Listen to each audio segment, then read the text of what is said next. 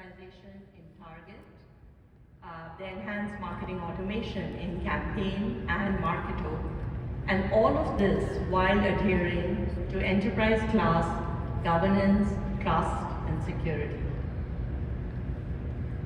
And a huge thanks to all of you that because of our partnership, we now have 40 petabytes of customer data in Experience Platform. We process 5 billion edge interactions on a daily basis, delivering experiences in less than 100 milliseconds. We are also performing 17 trillion segment evaluations on a daily basis, leading to delivery of 3 billion offers and 400 billion personalized messages every year. All of this has made Adobe the #1 digital experience platform, the undisputed leader in delivering one-on-one personalization at scale, and we do this across industries. Thank you so much.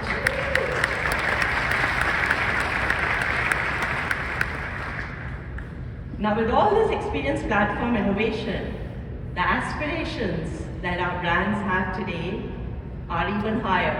They expect more from us. They want to reach more customers in less time with higher degree of precision. This means accelerating use cases into production, scaling the audiences, journeys, and channels, making people in their current roles more efficient, and reducing the dependency on a small set of experts. So what we see that in reality, a data engineer, they want to know what data is needed, which journeys will use it. An audience specialist wants to know which segments are unused and which specific customer traits really lead to conversion. Journey manager needs to understand which journeys will be effective before they go live.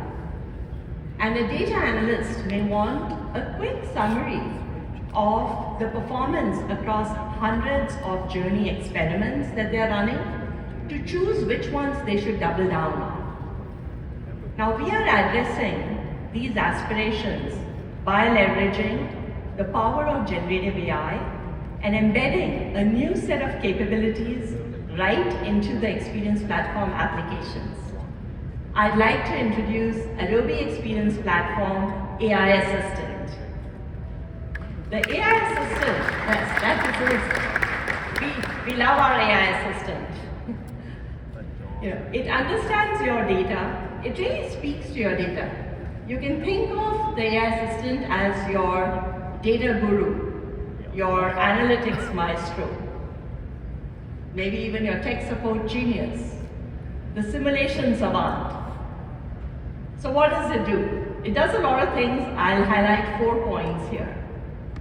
1, of course, it can answer a variety of questions, all through a natural language conversational interface, from product how-tos to the state of your system. Second, it can automate tedious tasks, like your data engineering pipelines, by helping you ingest the right data, create schema, map fields.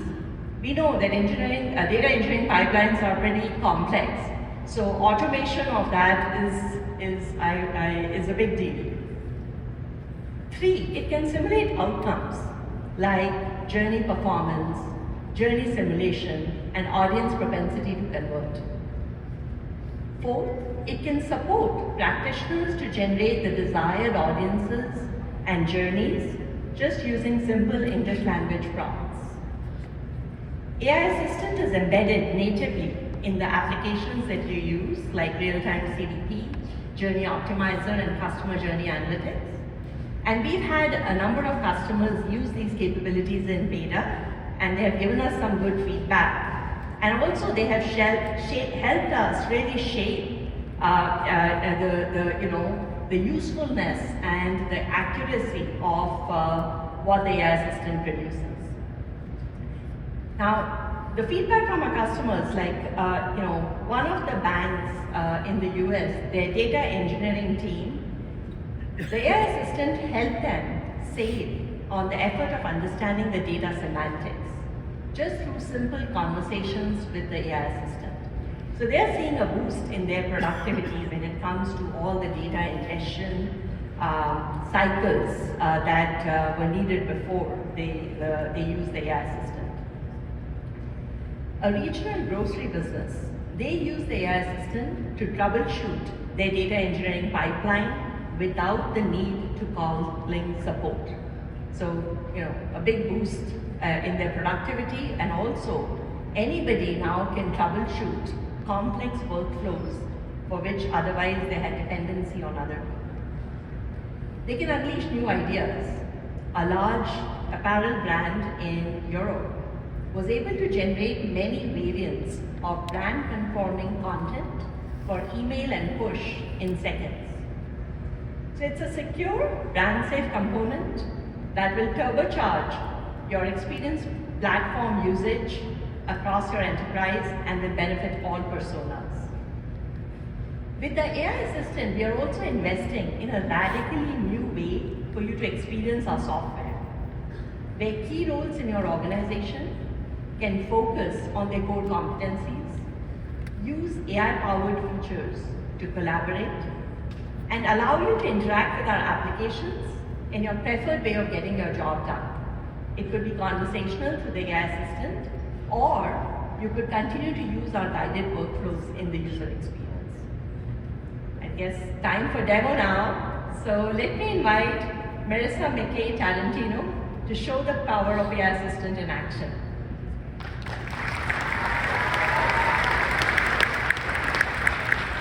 Thank you, Anjul. I am thrilled to show you how a marketing team in the travel and hospitality industry would utilize the AI assistant across their different roles. My marketing team has to launch a brand new campaign to target people who will book travel to our 5 beautiful new properties, so we can try to increase our conversion rate by 10%. And the kicker, my boss told me this needs to launch tomorrow. Now, I'm a journey manager, so typically I have to work with my data engineer, my audience specialist, and my data analyst to get something like this live.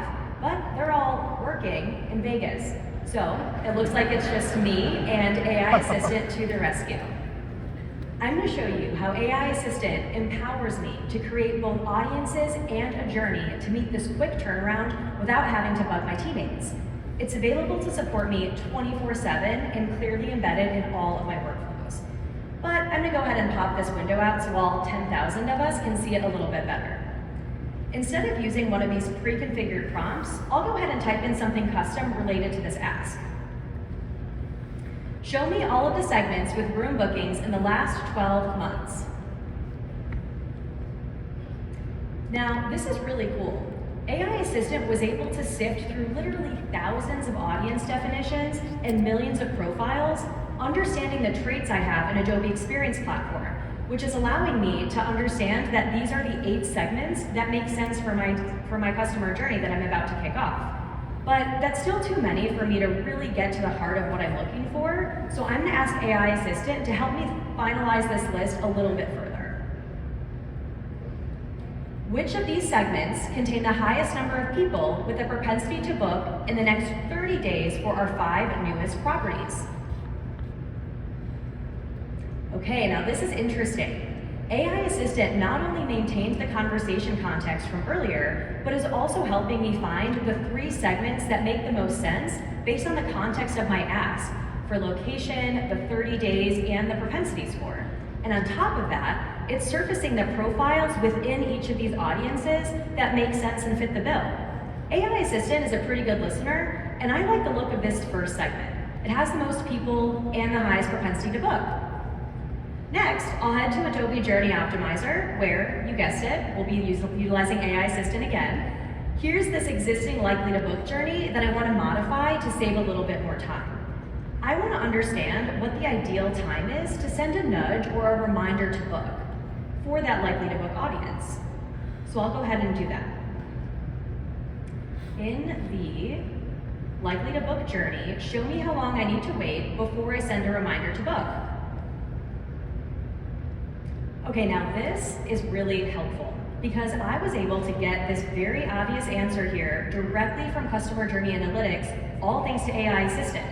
And I can see that 3 to 4 days is obviously the sweet spot for me to send that email based on this really helpful to read chart. I now can update this journey really quickly and not have to call my data analyst for any help. Amazing. Because we're on such a roll, I want to ask AI Assistant for one more question to help me out. Using my likely to book journey, generate new email variants for my 5 newest properties: Hawaii, Paris, Barcelona, Palm Springs, and Prague. All right, so I asked for 5 new email treatments, and Assistant says that we have them. Look at this. Previously this journey, yeah, it's cool. Previously this journey just had 1 email variant, and on the fly, AI Assistant was able to create 5 corresponding to my 5 new properties. And if we click into this Kauai focus branch of the journey, we can see this new imagery. It looks beautiful. I'm definitely gonna have to book here sometime after Summit. To steal my 60-month-old's new favorite words, I did it myself. I was able to create this journey and campaign quickly and efficiently to meet my goal without relying on my teammates. Back to you, Anjul. Right?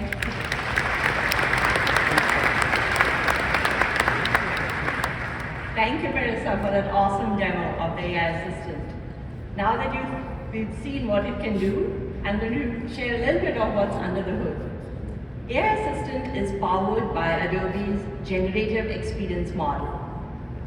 This comprises of LLMs for natural language processing, a base model that is trained on our product documentation and best practices, a custom model which has a requisite opt-in that's grounded in your enterprise data, profiles, segments, and journeys, and your IP is safe with Adobe. It'll never be shared outside your company. It has a set of decision services for analytical, predictive, and goal-based recommendations, and APIs for programmatic usage across your enterprise workflows and ecosystem. We keep all of this current and updated every 24 hours. So just to summarize, we have built the generative experience model with base models that you can trust, custom models that you control, and AI-assisted applications that you use in your everyday work.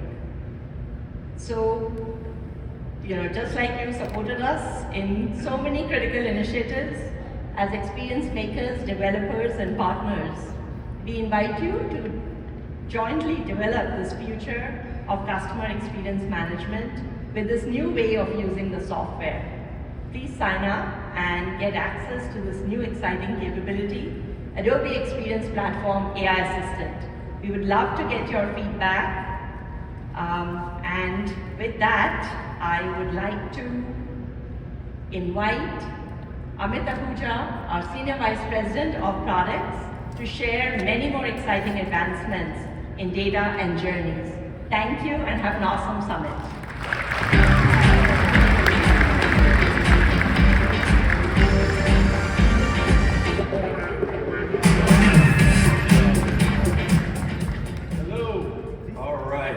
Thank you, Anjul. Hopefully everyone's very excited about the AI Assistant. I actually need that to organize my schedule here at Summit, is what I've figured out. Hey, I want to build on what Anjul said, what Shantu said, and Nil said, and quickly get into some couple innovations I'm very, very excited about. The number one theme I just want to highlight to you as I walk through this is we continue to think about expansion of capabilities so you can do more with the applications that you're using. I want to start first in the world of data. You've heard it earlier today. We've been investing heavily into the real-time CDP and this true notion of the single view of the customer. Everybody right now is thinking about how do I retool with first-party data at the core. The core message today is we haven't stopped there. There's 2 innovations I want to quickly highlight, but most importantly, I'm going to show them to you. I think the first one is around expanding data access. This is one I want to take 2 seconds. We've heard you. Moving data around the enterprise costs money and costs time. We know, and we've heard from you over and over, hey, is there a better way? I don't want to move all this data. I am thrilled to announce today what we're announcing. the Adobe Experience Platform Federated Audience Composition. What this means, very, very simply, you can leave your enterprise data where it is in any data warehouse, whether yours or third party, and you can query it directly from ADP. This is huge. Thank you. The second area I want to spend just 2 seconds on, again, before I show you, is around the notion of how we're helping more and more with acquisition. We all know the digital ecosystem continues to evolve with the deprecation of third-party cookies. And we've again heard from you, hey, how do I use my first-party data in a very privacy-friendly way? How do I do that to really find and attract new audiences? And we've already taken steps down this direction, right? With the real-time CDP, integrations with these different third-party data providers, but using stable IDs at the core. Again, very excited to announce today, real-time CDP collaboration. Truly bringing first-party data, the ability to activate that between advertiser and publisher with privacy at the core. You can now activate and you can measure in a safe way. But again, as I said, it's always better to see it than me just talk about it. Marissa, can we show it to them? Let's do it through the lens of Major League Baseball. Over to you. Thank you, Amit. And I would also like to thank Major League Baseball for allowing us to use their brand for this demo. For me, being a Chicago native means I'm a Cubs fan through and through. But I grew up, moved to San Francisco, and I no longer get to watch my Cubs play at Wrigley. Let me take you through a customer experience that MLB is powering with Adobe applications. Their goal as part of a Back to the Stadium campaign is to both find and engage people like me, the next generation of fans. So as I'm streaming my weekly lineup on NBC Universal, which, I mean, look at this, who wouldn't want to watch all of these? It goes to commercial. MLB identifies me as an out-of-market fan with an upcoming Cubs at Giants series in San Francisco. Here's an email letting me know that there are still tickets to the upcoming game. And this is an exciting pitching matchup I would not want to miss. Justin Steele is actually my favorite player who I follow in the MLB app. Awesome. But I have to confirm my plans before I book, so I forget to buy. A few days later, I'm deciding that I'm going to buy a jersey. Sorry, 1 second, I'm gonna use my other technology here. I am going to buy a jersey, and at this point, it's like they read my mind. I get another push notification, time to buy my tickets, and I'm getting a special Jersey Plus ticket promotion. Plus, I gotta go to this game. Lucille and Clark look like they're having a great time. So the question is, how do we do this at scale for all MLB fans that live in a different city from their preferred team? We're gonna use a combination of those capabilities that Amit just talked about. Let me just move this over, there we go. Here I am in real-time CDP, and I wanna go ahead and click on audiences to show you that out-of-market Cubs fan segment that I'm a part of. We can see in the definition that I don't have tickets to the game, my favorite team is not my home team, my favorite team is not my home team, and my favorite team equals the Cubs. You might remember, though, that I had that exciting matchup listed in my email of Justin Steele. That data has not been shared to Adobe Experience Platform. MLB keeps the starting lineup data only in a cloud data warehouse. But now, with federated audience composition, MLB can access that data directly without needing to copy it over. We heard you all loud and clear. You wanted flexibility with your data management and minimize data copy, and this is it. I'm gonna go ahead and show you how simple this workflow is. Here in federated audience composition, we can see that this is a really visual, intuitive interface. It wasn't built with coders or developers in mind. This is enterprise ready and allows me to interact with data in many different ways to enhance a fan's experience. Data like stadium foot traffic, jersey sales, starting lineup data. So to do this workflow, you would first want to set up that secure connection to your cloud data warehouse with all of the right access controls, of course. And then we have my segment of out-of-market fans, which I have combined with the ticketing data. And in this enrichment bucket here, I go ahead and click it, and this is where I would select the specific attribute from the cloud data warehouse that I'm interested in leveraging. From here, I click Start, and that data has automatically been saved back into real-time CDP for me to use.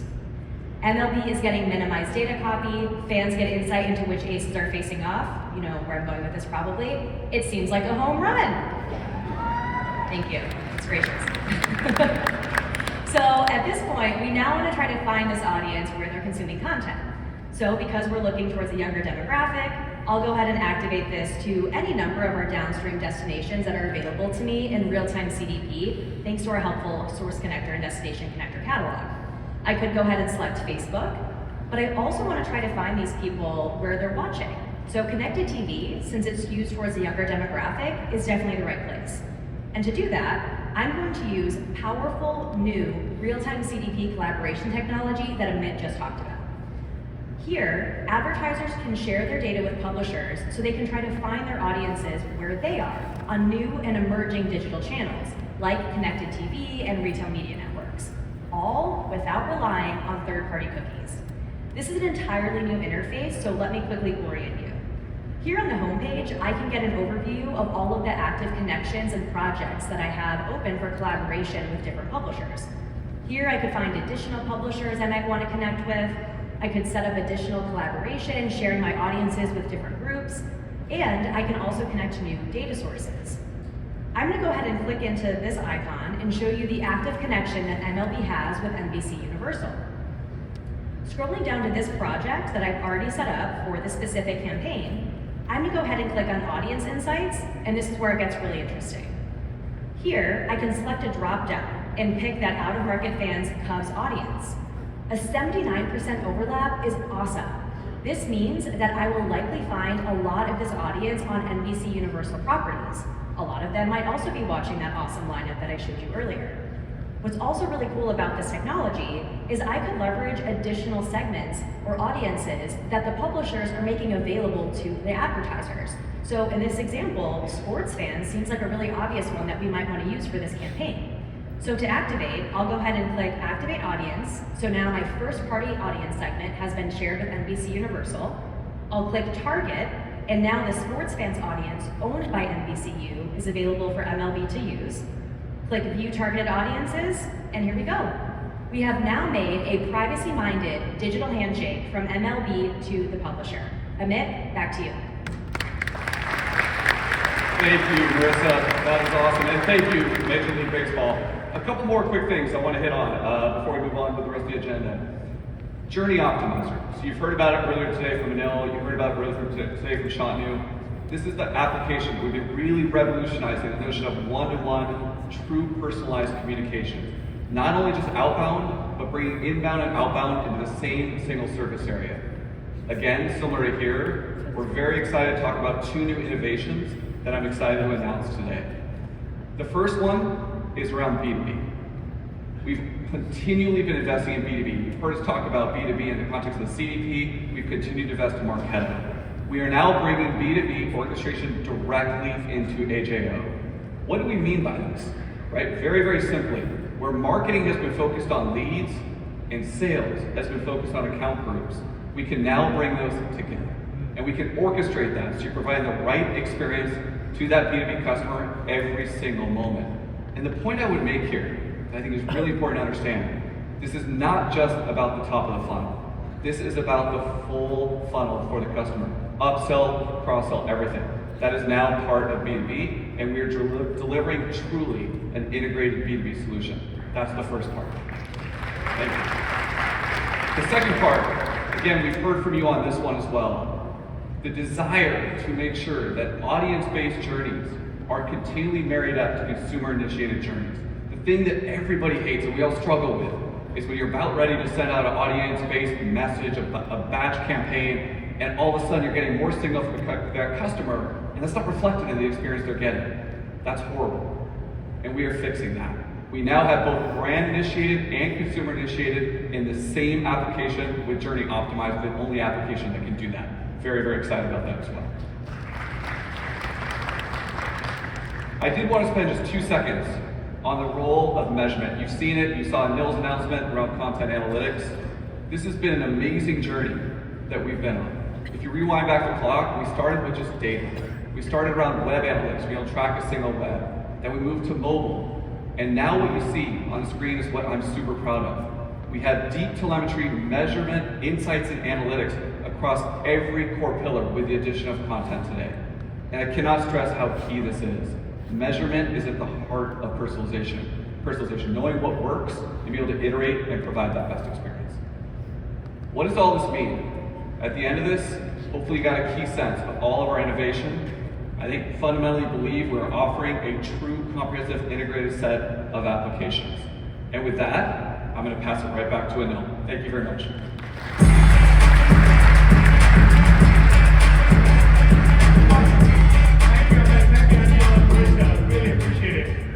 Anjul spoke about the AEP AI Assistant, which provides a conversational interface that can answer technical questions, automate tasks, simulate outcomes, and generate audiences and journeys within the Experience platform and the 3 apps that run on the platform. And that's the first key step for us to deliver an AI assistant across the entire Experience Cloud. So think of this for every marketer as a personal, customized control plane with information at your fingertips across all the key activities that you have in flight, and with the ability to take action through a conversational interface. You'll have the latest on all of your content, campaigns, and timelines, critical insights integrated in real time across all the Adobe apps that you're using. And we can only begin to imagine the agility and the productivity benefits that are going to follow. And this AI assistant will not only be available through our apps, like the Experience Manager and Workfront, as well as the Experience platform, but we want to bring it to you everywhere that you are. And for marketers, one of the best ways to do that is through the Microsoft tools that you use every day, like Word or PowerPoint or Excel or Outlook and Teams. And I'm pleased to share that that's exactly what we're announcing today through a joint project between Microsoft and Adobe.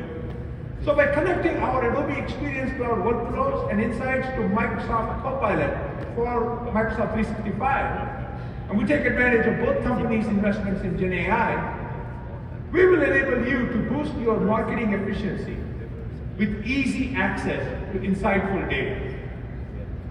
You and your teams will be able to create marketing briefs, content, and internal reporting, all based on insights from your marketing and planning data.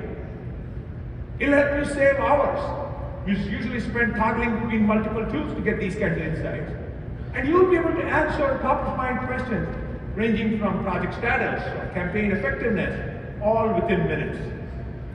Ultimately, we believe that this will empower marketing teams to always stay current and in a way that meets them where they are every day. Really exciting joint innovation with Microsoft. Okay, we've been discussing a lot of topics: customer experience, personalization at scale, Gen AI. And these are topics that are top of mind for every CEO today.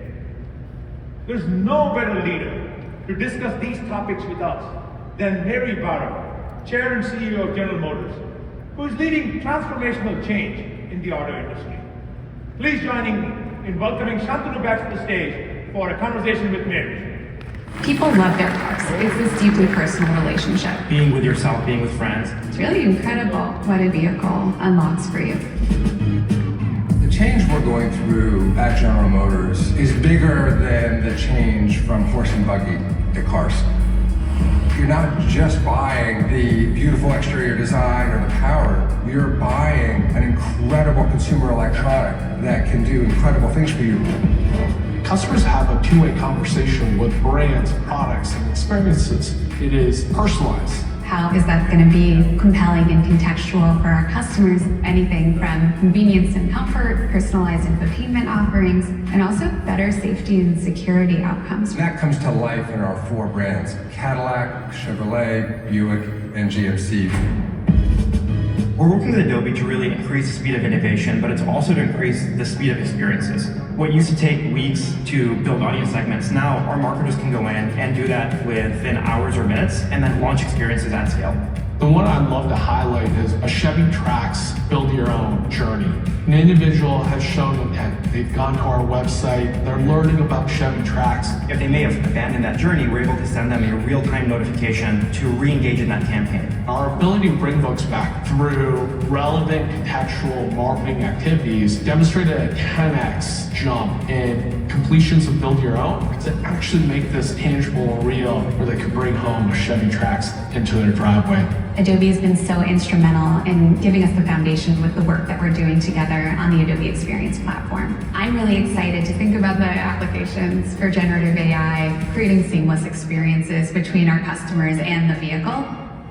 Car's a pretty personal experience. It is a place where AI can play a big role because it can help you understand combinations of elements that can deliver the right experience to somebody that a human couldn't do. The vision for the future that we've articulated is the 0-0-0 vision, 0 crashes, 0 emissions, and 0 congestion. All of the engineering that we're doing today for electrification, for software, for autonomy, is all driving towards those goals. To be able to be the wheel continuing to drive that next level of change, this is a dream picture.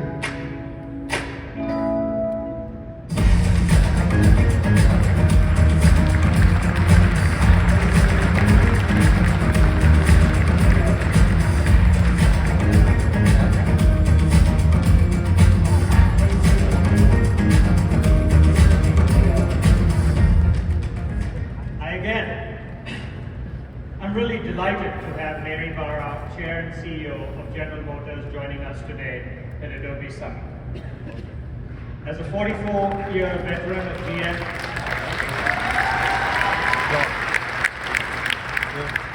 she's known as a bold and decisive leader, setting an ambitious vision of 0 crashes, 0 emissions, and 0 congestion for GM.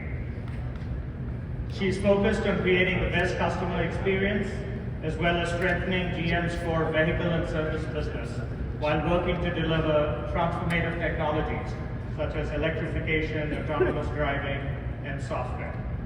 Mary also served previously as the chair of the Business Roundtable and serves on the board of the Walt Disney Company, Duke University Board of Trustees, and the Detroit Economic Club.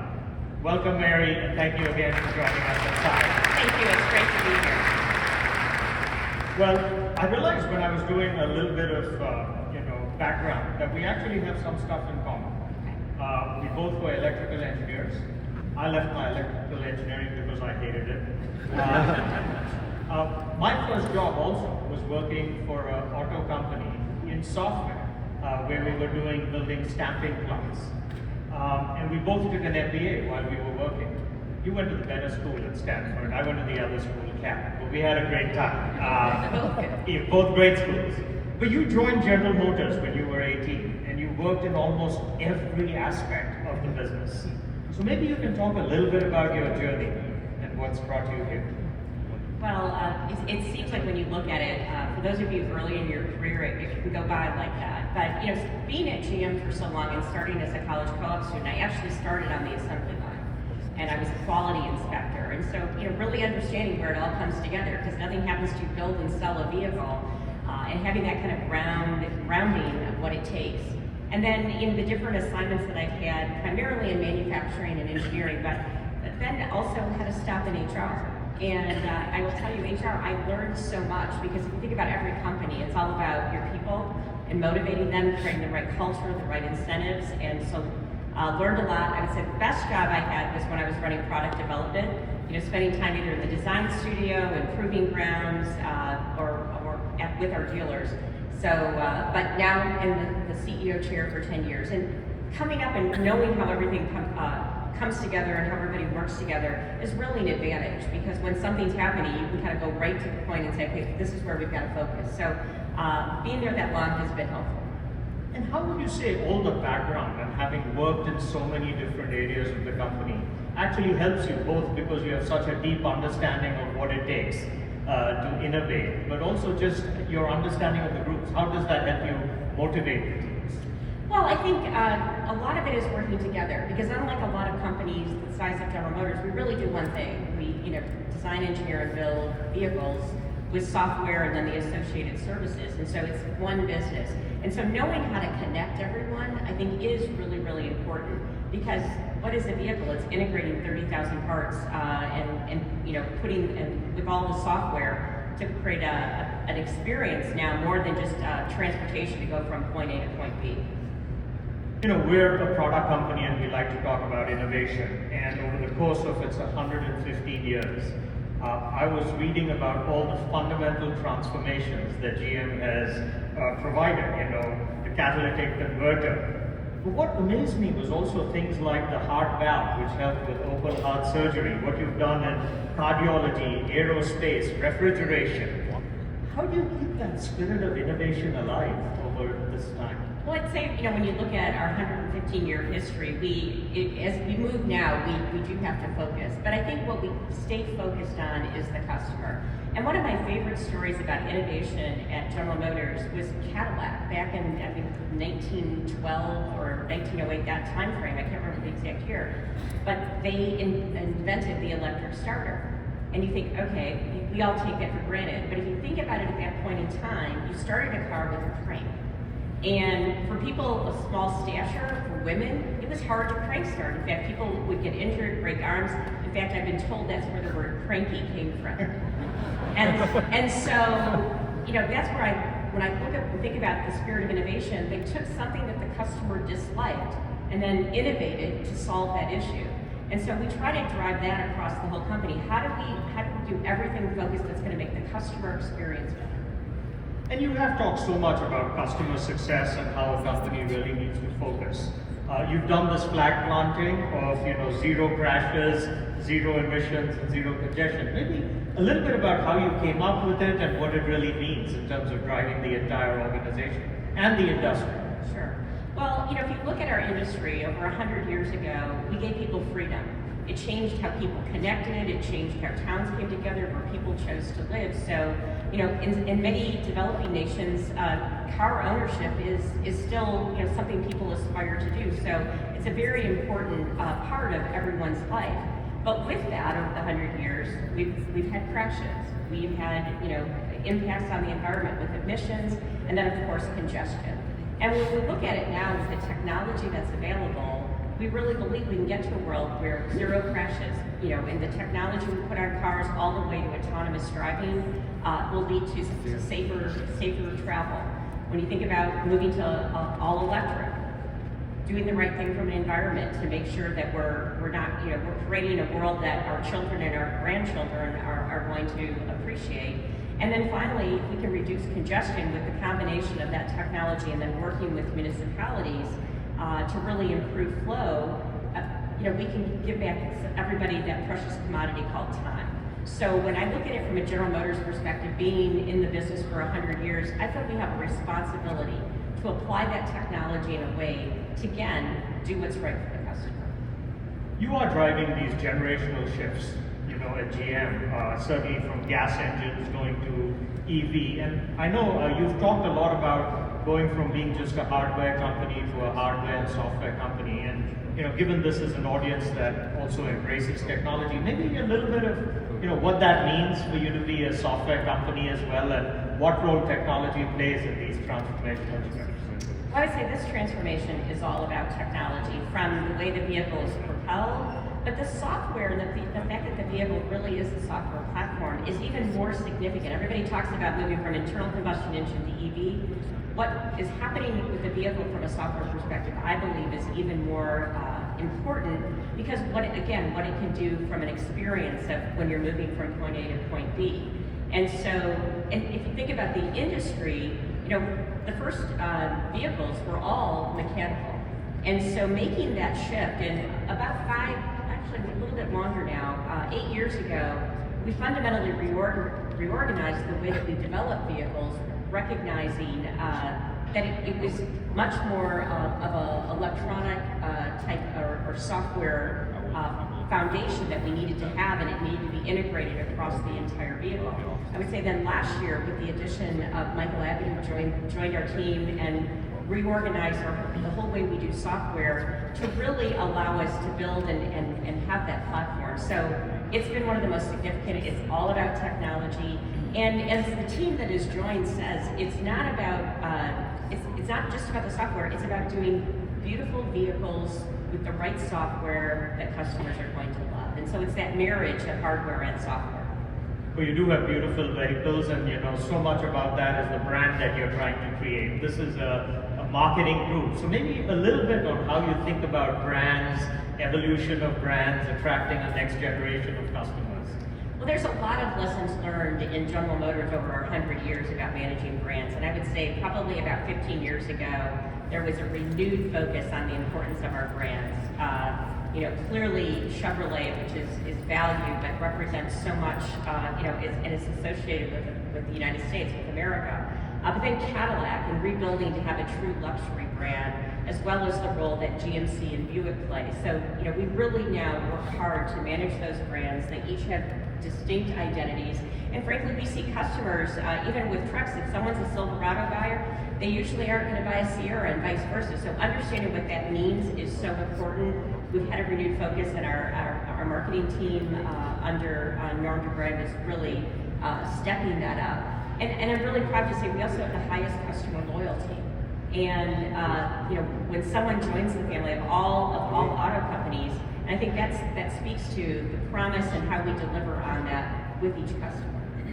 Last year was certainly the year of predictive AI, and everybody talked about AI. Maybe, how did you go about thinking about what role AI, whether it's for autonomous driving or, the development of cars, what it means for GM? Well, clearly, self-driving vehicles, and although, we've had some challenges at Cruise, the fundamental technology I still believe in 100%, because 90% of fatalities in this country, and there's generally 40,000 of them on average a year, are happening due to human error. And so if you can eliminate that human error, you can really change the driving experience, make it tremendously safer. So if you think about it, that's one of the huge, from a machine learning AI perspective, one of the biggest transformations that will happen. But I also think there's ways that we can use AI across many different parts of the business, from processes to improving the way we manufacture, improving the way we start up plants, improving the way that we market to our consumers. So we think it's very important, and it's something that we review on a regular basis at our most senior leadership team, and also with our board.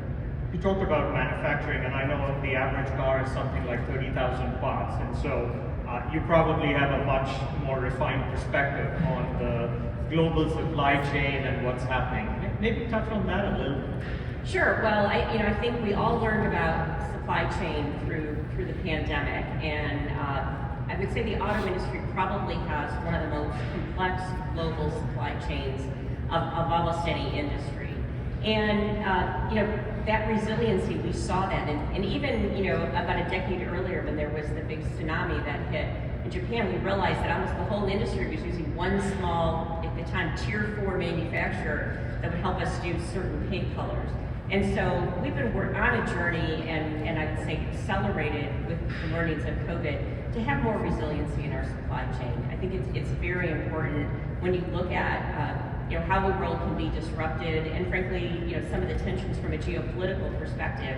Having resiliency and understanding at a detailed level, not just your initial suppliers or your Tier 1 suppliers, but we go pretty deep into the supply chain with the learnings that we've had. And of course, the semiconductor crisis. Up until that point, General Motors really didn't buy semiconductors. If they were bought for our tier 1 and Tier 2 suppliers, we revamped that whole strategy to standardize on families of semiconductors, and kind of, I'll say, doing a directed buy, so we control our own destiny. Maybe a last question. You touched on how, as the role of HR, that was one of the most important roles, because we are all in the people business. But for people, purpose and culture, how do you drive what purpose means at GM? Well, a couple years ago, we recognized, although we had the vision of zero crashes, zero emissions, zero congestion, we didn't really have a purpose. And it was funny, as we started having that conversation with one of the new senior leaders that came to join the company, Alan Wexler, who's here, it became something that I felt like every time I picked up a business journal, they were talking about companies with a purpose to drive better results. And so we went through a process of with the senior leadership and people representing the globe, as well as our board, to develop and actually looked at our history to come up with what we thought General Motors' purpose was, and it's to pioneer the innovations that move and connect people to what matters. And as we rolled that out, each word meant something, and it's really resonated in the company, and it connects to everything that we do. So I'm a big believer that purpose-driven companies are going to drive, first of all, your employees really understand and can ladder up to that purpose and be proud of it. Because, when I look at, generations that are joining the workforce now or newer in the workforce, they're very mission-based, and I love that. I love when I get that email from somebody who's been at the company, 3 months, and, they have a new idea, or they're asking a question. And so I think it's really important to be a purpose-driven company to get that alignment.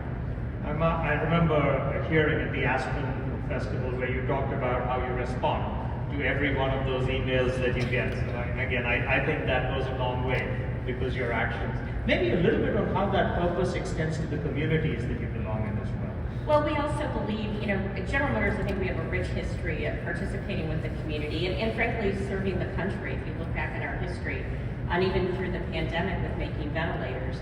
But we believe that we need to be good stewards and be part of making our communities in which we live and work better. So, what every plant has a relationship and is working not only on community actions, and I'm always so impressed with the actions of our employees and the time that they volunteer, as well as the resources to help the local community. So it's something I'm very proud of, and it's something deep within GM's culture.